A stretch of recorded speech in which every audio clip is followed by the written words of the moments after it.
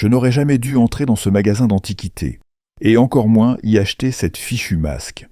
Gannon était connu comme le fournisseur des antiquités les plus rares et les plus étranges. Sa boutique n'était pas faite pour les touristes curieux, mais pour les collectionneurs prêts à dépenser une jolie somme pour des pièces uniques, souvent dérangeantes, chargées d'histoires tièbres sombres. Un endroit parfait pour trouver un déguisement d'Halloween qui ferait frissonner tout le monde. Je cherchais quelque chose d'unique, quelque chose qui provoquerait un malaise inexplicable chez ceux qui le verraient. Quelque chose de terrifiant, mais réel, authentique. Le tintement de la cloche au-dessus de la porte résonna d'un son sourd, comme un avertissement. Mais, bien sûr, je n'y prêtais aucune attention. En entrant, je vis le propriétaire, un homme courbé, aux cheveux blancs comme neige, qui devait avoir au moins 90 ans. Sa barbe semblait plus recouverte de poussière que de poils blancs, et les grosses lentilles de ses lunettes brillaient d'une lueur étrange, comme si deux époques différentes nous séparaient. Il me salua d'un bref hochement de tête, puis retourna à sa lecture. Un vieux tome aux pages, si usé qu'il semblait qu'un simple souffle pourrait les réduire en poussière. La boutique était petite, mais chaque recoin respirait l'histoire. Ce n'était pas cette histoire accueillante et nostalgique qu'on trouve dans les boutiques d'antiquités classiques avec leurs porcelaines et leurs vieux tableaux. Non, ici, tout avait un air étrange, perturbant. Chaque objet semblait cacher une sombre histoire. Une épée de la guerre de sécession, encore marquée de taches de sang séchées. Une corde utilisée lors des procès de Salem. Un chapeau usé, supposément appartenant à Henry Holmes. Et ce n'était qu'un échantillon. Je ne croyais pas au surnaturel, vraiment. Mais chaque fois que je lisais ces histoires, je ressentais un frisson. Ce n'était pas exactement de la peur, mais plutôt une sorte d'émotion, comme si vous touchiez quelque chose de vieux et de dangereux, comme si vous étiez invité dans un monde où la logique n'avait plus de pouvoir. C'est pourquoi, quand je l'ai vue, j'ai su que je ne pourrais pas repartir sans elle. Au fond de l'étagère, il y avait le masque, un masque de loup, mais pas un simple masque en bois ou en plastique. C'était la tête d'un loup réel, transformé en masque. La peau, la fourrure, tout était si parfaitement conservé qu'on aurait dit que l'animal était mort il y a à peine un jour. Une œuvre d'un maître, quelqu'un qui savait ce qu'il faisait. Les dents, dans son expression féroce, étaient intimidantes, et les yeux en verre étaient sentis aussi réalistes que je restais immobile sous leur regard. Je le pris dans mes mains. Il pesait plus que je ne m'y attendais, comme s'il cachait autre chose que des matériaux. Je passai mes doigts sur la fourrure dense, sentant sa douceur et sa fermeté surprenante. Il n'y avait pas de couture, rien qui trahisse des mains humaines. Les dents semblaient réelles, trop réelles. J'ai même pensé que le crâne du loup devait être la base du masque. Les yeux en verre semblaient me transpercer. Ce n'était pas un masque, c'était un artefact. Je lus l'étiquette. Masque enchanté, fait avec la tête d'un loup-garou, tué en Bourgogne en 1137, ne pas utiliser la nuit. Je souris. Bien sûr, un loup-garou, un homme-loup français. Une légende classique pour rendre le produit plus attrayant. Mais ces histoires étaient justement ce qui donnait de la valeur à un objet. Ce n'était pas juste un déguisement, c'était une conversation, une légende, un mystère. « Eh bien, mon ami, » murmurai-je en regardant le masque, « nous avons de grands projets, toi et moi. » Je m'avançai vers le comptoir. Le vieux Gannon leva les yeux, regarda le masque, puis me regarda à nouveau. Son expression se fit grave. « Écoute l'avertissement, garçon, » dit-il d'une voix basse, tendant la main vers le masque. « Ne tente pas le destin. » Je ris doucement. Son ton était inquiétant, mais je supposais que c'était juste une tactique pour rendre l'objet encore plus mystique. « Ne vous inquiétez pas, monsieur Gannon, répondis-je. Avez-vous un document qui certifie son authenticité ? Pour 2000 $, je veux savoir ce que j'achète. » Le vieux Gannon souffla, et dans son regard apparut une mixture de mépris et de fatigue, comme s'il me voyait comme un autre naïf pris dans les filets de son étrange monde. « Bien sûr que j'ai des documents qui l'accompagnent, » dit-il d'une voix mesurée. « Ils suffisent à convaincre même le plus sceptique des hommes. Lis-les et respecte les avertissements. »« Bien sûr, répondis-je, hochant la tête sérieusement tout en lui mentant éhontément. Je ne croyais ni au surnaturel, ni aux malédictions, ni aux vieilles histoires de terreur. Pour moi, tout cela n'était qu'une stratégie marketing. Ce masque n'était rien de plus que l'élément parfait pour un déguisement qui paralyserait tout le monde de peur. Les déguisements classiques d'homme-loup étaient démodés, mais ce masque... Avec lui, je deviendrais un véritable monstre de cauchemar. Gannon disparut un instant dans l'arrière-boutique et revint avec un dossier lourd couvert de plastique et un petit carnet en cuir usé. Il posa les deux objets sur le comptoir, à côté du masque. « Voici l'histoire, » dit-il en frappant doucement la pochette avec ses doigts. Et ce journal a été écrit par le dernier propriétaire du masque, Archibald Wembley, un Londonien qui a vécu entre 1512 et 1514. Il perdit la raison après l'avoir mis, tua 2 personnes avant qu'on ne le poignarde en pleine rue. On dit qu'avant de mourir, il ne semblait plus humain, mais plutôt une bête. Le rapport de police se trouve dans le document numéro 123. Je pris le masque et le tins devant moi pour l'observer à nouveau.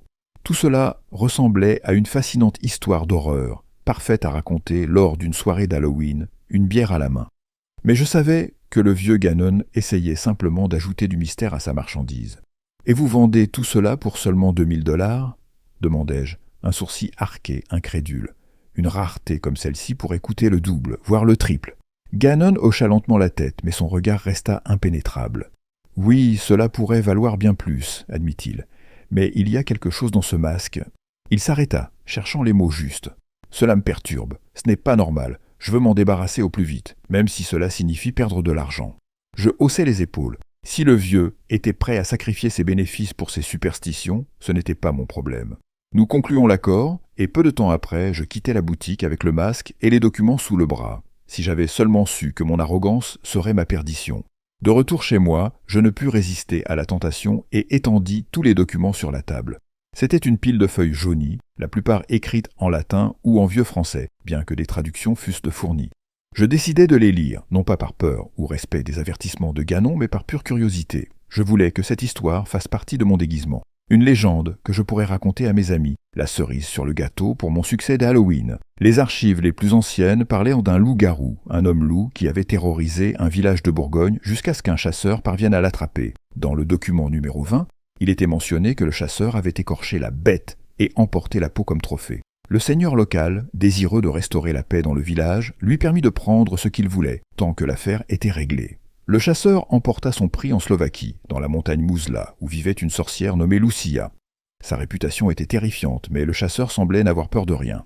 Il demanda à Lucia de transformer la peau en un artefact magique qui lui donnerait du pouvoir. La sorcière accepta et créa le masque, mais elle lui donna des règles strictes. 1. Ne jamais utiliser le masque la nuit. 2. Ne jamais l'utiliser lors des nuits de pleine lune. 3e. Ne jamais l'utiliser lors de l'équinoxe d'automne. 4e. Avant de l'utiliser, toujours invoquer le nom du Christ. Les documents affirmaient que le chasseur respecta ces règles à la lettre. Les archives suivantes le décrivaient comme une sorte de super-héros médiéval. Il accomplit des exploits incroyables. Il vainquit des armées entières, tua des créatures mythiques et finit par devenir un petit seigneur féodal. Il vécut jusqu'à un âge avancé et mourut entouré de sa famille. Les documents devenaient de plus en plus sombres à chaque page. Les histoires se succédaient, chaque nouvelle étant plus terrifiante que la précédente. Un nouveau propriétaire qui ignorait les règles. Un nouveau propriétaire qui perdait la raison. Meurtre, atrocité, famine qui transformaient les gens en monstres. Et à la fin, la conclusion était toujours la même. La mort, qu'elle vienne de la justice ou de ceux qui tentaient d'arrêter les massacres. Le masque accumulait une réputation de plus en plus néfaste, devenant un symbole de malédiction, un artefact qui transformait les gens en bêtes dévorées par leur soif de sang. « Quelle connerie !» m'exclamai-je en lisant la dernière page. « C'est encore mieux que ce à quoi je m'attendais. Je me demande ce que Wembley a écrit dans son journal. » Mais il était déjà trop tard, mes yeux étaient lourds et le journal semblait trop volumineux pour être lu en une seule nuit. Je décidai de le laisser pour plus tard. Je pris à nouveau le masque dans mes mains et l'observai attentivement. L'artisanat, l'histoire, le mystère, tout cela le rendait unique. « Tu es probablement la chose la plus incroyable que j'ai jamais eue, » murmurai-je en passant ma main sur sa fourrure. Je plongeai mon regard dans ses yeux en verre et je me figeai. La lumière qui se reflétait en eux avait quelque chose d'étrange. Ce n'était pas un simple reflet, mais quelque chose de vivant, quelque chose de caché au fond de ses prunelles. J'aurais juré qu'il me regardait. Mais ce n'était qu'un effet de la lumière, n'est-ce pas ? Le lendemain matin, je me réveillai au bruit de la porte qui s'ouvrait, le clic de la serrure, et ma petite amie entra dans l'appartement en m'appelant à voix haute. « Réveille-toi, paresseux !» Je me levai en grognant, me frottant les yeux. L'horloge sur la table de nuit affichait 7 heures du matin, samedi. « Putain ! 7 heures du matin ?» protestai-je. « Sérieusement ? On a des plans, tu te souviens ?» répondit-elle depuis la cuisine. Mais son ton changea soudainement, passant du pratique à l'excité, presque enfantin. « C'est quoi, ça ?»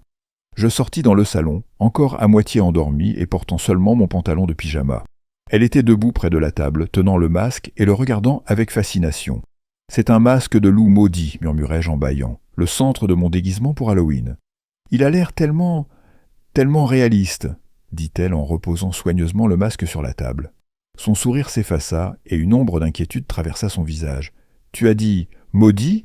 Tu es sérieux ?»« Bien sûr, bâillai-je à nouveau. Il a presque 1000 ans. » D'après les documents, plusieurs de ses propriétaires ont perdu la raison et ont commencé à tuer des gens. « Et tu l'as acheté » s'écria-t-elle presque en criant. « Et tu penses vraiment le porter ?» Je me dirigeais vers la machine à café tout en remplissant le réservoir d'eau. « Ne me dis pas que tu crois à toutes ces histoires, » murmurai-je. « Malédiction, magie, vaudou, tout ça, c'est un tas de conneries. » Elle se tut. Je savais qu'elle cherchait les bons mots. Nous étions tous les deux d'accord sur le fait que le surnaturel n'était qu'un produit de l'imagination. Si quelque chose ne peut pas être expliqué, c'est parce qu'on ne l'a pas encore étudié assez.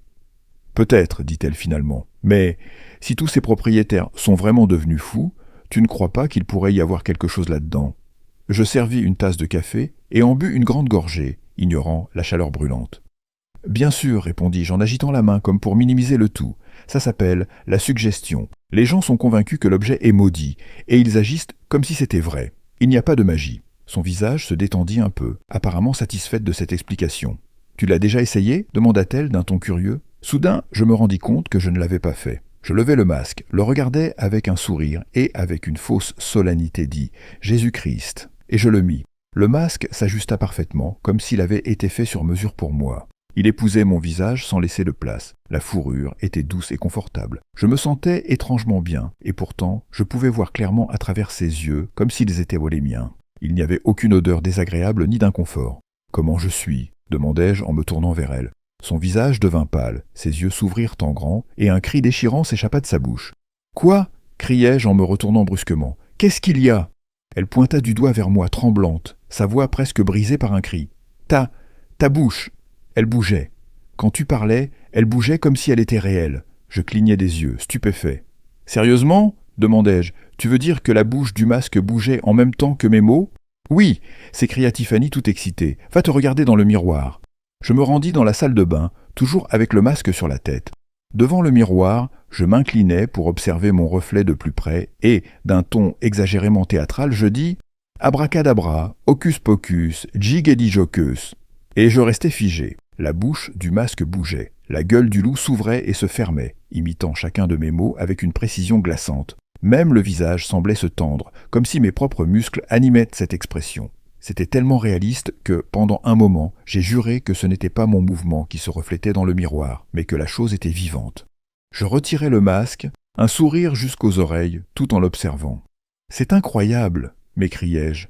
Cette sorcière qui l'a fait était une vraie artiste. Je ne savais pas qu'au XIIe siècle, on pouvait travailler les détails avec autant de perfection. « Je sais, c'est fou, non ?» répondit Tiffany tout excitée. « Tu vas avoir le meilleur déguisement d'Halloween. Personne ne pourra te surpasser. » Je posai le masque sur la table, me tournai vers Tiffany et hochai la tête, satisfait de son enthousiasme. Mais son expression changea soudainement, comme si quelque chose venait de traverser son esprit. « Attends, c'était quoi cette phrase que tu as dite avant de le mettre ?» Je fronce les sourcils, essayant de me souvenir. « Ça ?» fis-je en claquant des doigts. C'était dans cette liste ridicule de règles. Je me moquais de tout ça. Regarde, la voici. Je pris le dossier, feuilletai rapidement jusqu'à la page et indiquai du doigt. « 4 règles absurdes, dis-je. Tiffany lut rapidement les points, puis me regarda secouant la tête. « Sérieusement, les gens croyaient à tout ça ?» demanda-t-elle, étonnée. Je me mis à rire. Oh, oui, non seulement ils y croyaient, mais ils vivaient, terrifiés, par un simple masque. Elle rit doucement avec moi, mais son visage se renfrogna à nouveau. « Attends une minute, dit-elle avec sérieux. Combien tu as payé pour cette chose ?» Les jours suivants se déroulèrent sans incident majeur. Je me consacrais à perfectionner mon déguisement. Chaque détail ajoutait à mon excitation. Le 17, l'une des 2 nuits de pleine lune de ce mois-là, je le terminai enfin. Un jean rétro avec des déchirures, une chemise à carreaux rouges et verts et des gants théâtraux avec des griffes. Lorsque le soleil se coucha, j'étais presque en train de sauter d'excitation. Je voulais voir à quoi tout cela ressemblait ensemble. Je m'habillais lentement, comme un rituel. Avec un mélange de révérence et d'anticipation, je pris le masque, le levai et, dans un geste cérémonieux, je le mis. L'effet fut magique. Je me regardais dans le miroir et je ne vis plus la personne que je connaissais, mais quelque chose de plus. Un véritable loup-garou tout droit sorti des films des années 80. Mais merde, j'étais bien meilleur. Le pelage, les crocs, les yeux, les mouvements, tout était tellement incroyablement réaliste que pendant un instant, j'eus un doute. Où est-ce que je finissais et où cette créature commençait ? Une vague d'énergie parcourut mon corps. C'était quelque chose de vivant, comme si une nouvelle force s'était éveillée en moi. Ce n'était pas simplement de l'excitation, c'était un sentiment de supériorité. Je me sentais fort, rapide, invincible. Le monde entier semblait être un terrain de chasse et j'étais le prédateur. Pendant plusieurs minutes, je restais là, fasciné par mon reflet. Mais ensuite, je décidai de retirer le masque pour voir le déguisement sans lui. Tout changea immédiatement. L'énergie disparut, l'euphorie s'évapora et il ne resta qu'un vide. Sans le masque, je redevenais juste un homme ordinaire. Et ça m'irrita. « Ne sois pas idiot, murmurai-je à mon reflet. Tu laisses les superstitions t'affecter. » Mais le reflet me rendit mon regard avec une expression méfiante, comme s'il savait que je mentais. Je sentis que l'homme dans le miroir n'était plus moi. Ou peut-être que je devenais étranger, même pour moi-même. Je secouai la tête, essayant de chasser les pensées intrusives, et revins à la réalité. « Des photos, me rappelai-je à haute voix. Tiffany a besoin de photos pour planifier un déguisement qui s'accorde avec le mien. Je sortis mon téléphone, braquai l'appareil photo vers le miroir et m'arrêtai. Mon costume était incomplet. Prendre une photo sans le masque ne me semblait pas juste. Sans lui, mon déguisement n'était qu'un ensemble à moitié réalisé. Comment Tiffany pourrait-elle créer quelque chose d'adapté si elle ne voyait pas la version complète ? Je pris le masque dans mes mains. Il semblait presque vivant. Son pelage était chaud et doux, et ses yeux en verre, ses foutus yeux. Je les fixais, perdant la notion du temps. « Tu es à moi », murmurai-je, presque sans m'en rendre compte, comme si j'avais peur que quelqu'un d'autre puisse m'entendre. « Tu es à moi, et je suis ton maître. » Mes doigts caressèrent le pelage dense. La sensation était étrangement agréable et, en même temps, inquiétante. Je ressentis un désir croissant de le remettre, de revivre cette sensation. Sans réfléchir, je levai le masque et le plaçai sur ma tête. Et le monde explosa d'euphorie. C'était plus intense qu'avant. Chaque cellule de mon corps semblait chargée d'énergie. Je me regardai dans le miroir, puis levai le téléphone, ouvris l'appareil photo et pris une photo. Dans le reflet, je ne voyais pas un homme déguisé, mais quelque chose de bien plus primitif. Une créature qui pourrait être sortie de la forêt en pleine lune pour traquer sa proie. J'écrivis un message « Tout est prêt, maintenant je suis prêt ». Le message fut envoyé, mais quelque chose n'allait pas. Quand je regardai à nouveau dans le miroir, il me sembla que les yeux du masque clignaient, et puis tout s'éteignit. Lorsque je me réveillai, j'étais dans une forêt, pas à la lisière, mais au cœur de celle-ci. Le soleil peinait à se lever, avec des rayons faibles filtrant à travers les branches. Je plissai les yeux, ébloui par la lumière, et tentai de comprendre ce qui venait de se passer. Une forêt ? La seule forêt proche se trouvait à une demi-heure en voiture de la ville. Ce n'était pas un endroit où l'on pouvait se retrouver par accident. Je me levai, le ventre douloureux.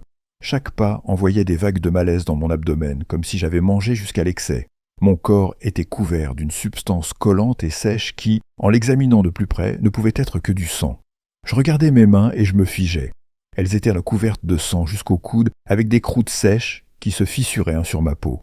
Mes vêtements, la chemise à carreaux et le jean que je portais en dormant étaient ruinés. Tout était imbibé de sang qui avait commencé à se noircir et à durcir. Le masque était toujours sur ma tête. Une vague de panique m'envahit et je le retirai, haletant comme si cette chose m'étouffait. Mon cœur battait la chamade et ma respiration était chaotique. J'étais au bord de l'hyperventilation. Je fermais les yeux, m'efforçant de me calmer. Inspire, expire, inspire. Peu à peu, je retrouvais un semblant de contrôle. Lorsque j'ouvris enfin les yeux, je fixai la masque. Elle était totalement propre. Comment pouvait-elle être impeccable alors que j'étais couvert de sang de la tête aux pieds ? Et pourquoi est-ce que mon estomac me faisait tellement mal ? Soudain, une contraction me secoua et je me repliai sous la douleur. Je vomis, tombant à genoux tandis que mon estomac se vidait dans des spasmes violents. Le goût amer de la bile envahit ma bouche, mais je ne pouvais pas m'arrêter. Les convulsions continuaient, m'épuisant davantage. Quand je pus enfin relever les yeux, je vis ce que j'avais expulsé devant moi, une masse collante et brillante de ce qui avait un jour été à l'intérieur de moi. Sur le sol reposait quelque chose de partiellement digéré. Tout était mâché, jusqu'à devenir méconnaissable, mais malgré tout, je pouvais distinguer les détails. De la viande, juste de la viande. Il n'y avait aucune trace de légumes, d'assaisonnement, rien qui rappelait un repas normal. Le nœud dans ma gorge se resserra à nouveau, mais mon corps était trop épuisé pour vomir davantage. Je restais là, haletant, les yeux fixés sur cette masse, essayant de rassembler mes pensées. Mon estomac se sentait mieux. Il semblait que mon corps commençait à se remettre, bien que ma tête soit toujours lourde. Je levai la masque, jetai un coup d'œil autour de moi et choisis une direction au hasard. J'eus de la chance. Après environ 2 heures, j'arrivai à une route. Je connaissais cette route. J'y étais passé tellement de fois qu'il serait impossible de l'oublier. Bien que la forêt soit en dehors de la ville, je savais parfaitement où marcher pour rentrer chez moi. Je tournai à gauche et commençai à marcher sur le bord de la route, pensant au temps qu'il me faudrait pour arriver. Rien d'autre n'importait. Ce qui comptait, C'était d'être sur la bonne voie. Après 1 heure, un pick-up s'arrêta pour me prendre. Le conducteur, un homme âgé au visage souriant, écouta mon histoire, bien sûr, inventée. Je ne comptais pas lui parler de la masque, du sang, ni de mon réveil dans la forêt. Il hocha la tête, m'indiqua de monter à l'arrière, et 1/2 heure plus tard, il me déposa juste devant ma maison. Avant de partir, il me donna un conseil ferme. M'éloigner des drogues. Je montais jusqu'à mon appartement, surpris de voir que la porte n'était pas fermée à clé. C'était étrange. Je la ferme toujours, même si je pars juste quelques minutes. Mais à ce moment-là, ce n'était pas ce qui me préoccupait le plus. Je me précipitais directement sous la douche, désespéré de laver les restes de cette étrange nuit. Alors que je me brossais les dents pour la 3e fois, le téléphone sonna. Je le trouvais sous le lavabo, ce qui m'étonna encore plus. Je ne l'avais jamais laissé là. Mais ce n'était pas le moment de le questionner. « Où étais-tu » cria Tiffany dès que je décrochais. « Je t'ai appelé toute la nuit, je t'ai envoyé plein de messages. J'étais prête à appeler la police. Je pensais que tu étais mort. » Sa voix était à la fois hystérique et quotidienne. Je me tus, la laissant déverser toute sa colère. Ce n'est que lorsque son cri se mua en un souffle agité que je répondis calmement. « Je ne sais pas. » Mon explication parut pathétique. Je lui racontais comment, un instant, j'étais chez moi, et l'instant d'après, je m'étais réveillé dans la forêt, couvert de sang. Mon aveu déclencha une nouvelle vague de panique. Tiffany annonça qu'elle viendrait immédiatement, sans me donner le temps de m'opposer. Un mauvais pressentiment commença à m'envahir. Chez Cathy Ogeswachamo. Chez la journée fut épuisante. Tiffany passait de la peur à la colère, de l'inquiétude au soulagement. Je ne lui mentionnais pas les nausées, ni le contenu étrange de mon estomac. Tout ce que je savais, c'est que j'étais vivant, et que le costume ensanglanté n'était qu'un petit détail parfaitement réussi de mon déguisement d'Halloween. « On dirait que tu as vraiment déchiqueté quelqu'un », commenta Tiffany, amusée, en sortant le costume du sèche-linge. « Oui, murmurai-je, un redesign créatif. » Elle ne prêta pas attention à mes mots, trop occupée à se réjouir que je sois en vie. Sa passion prit le dessus, et bientôt, nous passâmes le reste de la journée dans les caresses, plongés dans un oubli réconfortant. Je me réveillais tôt. Tiffany dormait encore et je me dirigeais vers le salon. La masque était là où je l'avais laissée. Je la regardais, n'osant pas la toucher. Il y avait quelque chose en elle qui me repoussait et m'attirait en même temps. Je savais que c'était la clé de tout ce qui s'était passé, mais j'avais peur de découvrir ce que c'était exactement. Je la pris dans mes mains, la tournant et l'examinant. Pourquoi était-elle toujours propre ? Pourquoi ne me souvenais-je de rien après l'avoir mise ? Ces pensées me conduisirent au téléphone. Je me souvins que j'avais pris une photo avant que tout ne commence. En la retrouvant, je restais pétrifié. Sur l'image, j'étais devant le miroir, le téléphone à la main. Un simple selfie. Mais quelque chose dans le reflet ne collait pas. Les yeux de la masque, ils ne semblaient en pas être de simples verres. Il y avait quelque chose de bizarre en eux, quelque chose d'étranger, comme s'ils ne m'appartenaient pas. « C'est une idiotie, me dis-je. Il n'y a pas de magie, ce ne sont que des jeux de l'esprit. » Mais mes paroles ne sonnèrent pas convaincantes. Je ne savais pas si j'essayais de me calmer ou d'éviter de sombrer dans la folie. Le soleil se coucha. C'était la 2e nuit de la rare pleine lune bleue. Je regardais la masque dans mes mains. Ses yeux recommençaient à m'hypnotiser comme la première fois. Je sentais qu'elle m'appelait.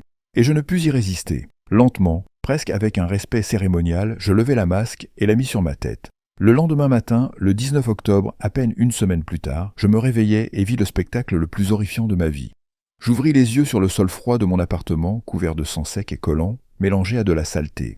L'odeur métallique frappait mes narines, tandis que ma tête semblait prête à exploser et mon estomac se tordait comme si quelqu'un l'étranglait de l'intérieur. « Comment c'est arrivé » criai-je, en regardant mon appartement, maintenant transformé en un désastre répugnant. Chaque muscle de mon corps me faisait mal, mais l'estomac restait implacable dans sa demande. Je me levai, en titubant, et courus vers la salle de bain. À peine arrivai-je à m'agenouiller devant les toilettes qu'un torrent d'une mixture dégoûtante jaillit de mon corps, déchirant ma gorge et laissant un goût acide et brûlant dans ma bouche. Mais cela ne s'arrêta pas là. C'était comme si mon corps ne savait pas comment s'arrêter, même quand il ne restait plus rien en moi à part de l'eau et de la bile. Cela semblait interminable. Chaque fois que je tirais la chasse d'eau, je m'efforçais de ne pas regarder ce qui sortait de moi. J'avais des raisons de le faire. La nuit précédente, j'avais vu ce que cela pouvait être et je ne voulais pas le confirmer une nouvelle fois. Mais mes pensées revenaient sans cesse à cette idée. Qu'est-ce qui pouvait être mélangé là-dedans ? Des morceaux de viande, des fragments de quelque chose d'humain. Finalement, les convulsions cessèrent. Avec difficulté, je retirai mes vêtements ensanglantés et sales et me mis sous la douche. L'eau était si chaude qu'elle brûlait, mais je m'en fichais. Je voulais me purger, éliminer la saleté, Pas seulement de ma peau, mais de ce sentiment de dégoût qui semblait incrusté profondément en moi. Je passais des heures sous l'eau, laissant mon corps revenir lentement à la vie. Mais quelque chose en moi continuait de crier, de chuchoter, exigeant que je fasse face à la vérité. Je me sentais corrompu, maudit. Tout ce qui s'était passé était mal. Lorsque je fermai enfin le robinet et enveloppai mon corps dans une serviette, une pensée me frappa comme un éclair. « Oh Tiffany !» Je criai son nom en sortant en courant de la salle de bain, me dirigeant vers la chambre. En ouvrant la porte de la chambre, je m'arrêtai net, incapable de respirer. Le cri resta coincé dans ma gorge. La pièce était baignée de sang. Chaque recoin, chaque surface, les murs, les meubles, même le plafond, étaient en couvert de projections rouges. Sur le lit, sur mon oreiller, reposait la tête de Tiffany. Ses yeux, désormais vides, regardaient dans le vide. « Non, non, non, non !» criai-je, tombant à genoux près du lit. Je pris sa tête dans mes mains tremblantes et les larmes commencèrent à jaillir, brouillant ma vue. « Tiffany !» sanglotai-je. « Comment ? Pourquoi ?» Je regardai autour de la chambre, et la scène devint encore plus insupportable. Des fragments de son corps étaient reparpillés partout. Ses jambes sous le canapé, un bras pendu à la lampe, des côtes dépassant du dessous de la coiffeuse. Les os étaient rongés, comme si un animal les avait mordus. Ses organes internes avaient disparu. Puis je me souvins, mon estomac. Ce matin-là, je m'étais réveillé avec une sensation écrasante dans le ventre. Je me souvins de la violence de mes vomissements, tout ce que j'avais rejeté dans les toilettes. Combien d'elles ? Avais-je mangé ? Cette pensée me traversa comme une lame glacée, laissant un vide glacial dans ma poitrine. Je peinais à respirer. Tout dans cette pièce hurlait que je ne l'avais pas seulement tuée, je l'avais détruite. Et maintenant, il n'y avait plus moyen de la ramener. Je fermai les yeux, souhaitant disparaître, mais les images de la chambre et de sa tête, toujours dans mes mains, ne s'en allaient en pas. Le masque. Je le rappelais, encore là dans le salon. Je savais qu'il était la cause de tout cela. Mais est-ce que je le savais avant de le remettre une fois de plus ? Ou est-ce que je n'avais tout simplement plus pu y résister ? Avec précaution, je reposai la tête de Tiffany sur le lit, évitant de regarder ses yeux vides. Les larmes continuaient de couler sur mon visage et ma respiration devenait de plus en plus erratique. Mon amour, ma Tiffany, était morte, et la culpabilité m'enveloppait complètement. Je fermai les yeux, mais la scène autour de moi ne disparut pas. Le désespoir m'envahit. Je ne pouvais pas rester là, coincé entre ces horreurs. Je me séchai le visage avec ma manche, bien que cela ne fût d'aucune utilité, et je me rendis dans le salon. Sur la table reposait le journal d'Archibald Wembley. Je le pris et commençai à le feuilleter frénétiquement, cherchant quelque chose de n'importe quoi que j'aurais pu négliger. Une grande partie du texte m'était déjà familière. Des histoires que j'avais lues, des détails que je connaissais, mais lorsque je parvins à la dernière entrée, tout changea. J'aurais dû suivre les règles, j'aurais dû apprendre des erreurs des autres. Je ne l'ai pas fait, et maintenant je paye pour ma stupidité. Le masque a disparu, mais je continue de sentir son influence sur moi, même en écrivant ces mots. Je lisais en retenant mon souffle. Chaque mot tombait sur moi comme un marteau. L'homme décrivait comment il avait perdu connaissance et, à son réveil, il avait trouvé sa famille dévastée. Sa femme et ses 4 enfants avaient été déchiquetés. Les os étaient rongés, les pièces imbibées de sang. J'ai été un idiot et ma famille a payé le prix de mon arrogance et de mon manque de foi. Ces mots résonnèrent dans mon esprit comme un écho sans fin. Archibald Wembley avait enfreint les règles, et cela lui avait coûté tout ce qu'il aimait. Sa famille était devenue victime de lui.